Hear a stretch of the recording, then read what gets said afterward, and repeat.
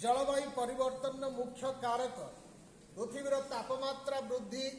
घटाउथिबा gas माने होउछंती एई माने एवं शिल्प विप्लव परवर्ती समय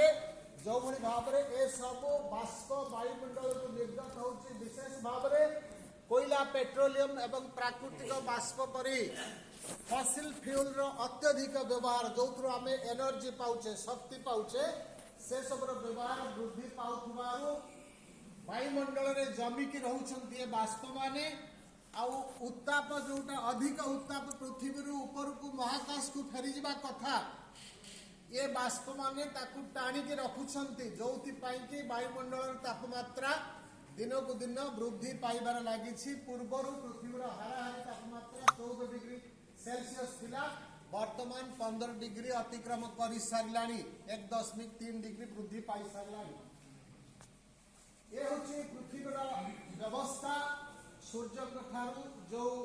आलोक आसुछि पृथ्वी पृष्ठ रे पड़ला परे से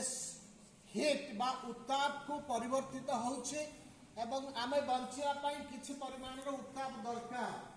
जदि अधिक उत्ताप हे गला ताले हीट वेव खरा दिन जेमति अधिक गरम होछि ताले पृथ्वीर तापमात्रा बढ़ी जिवो जदि अधिक उत्ताप ऊपर को पळे जिवो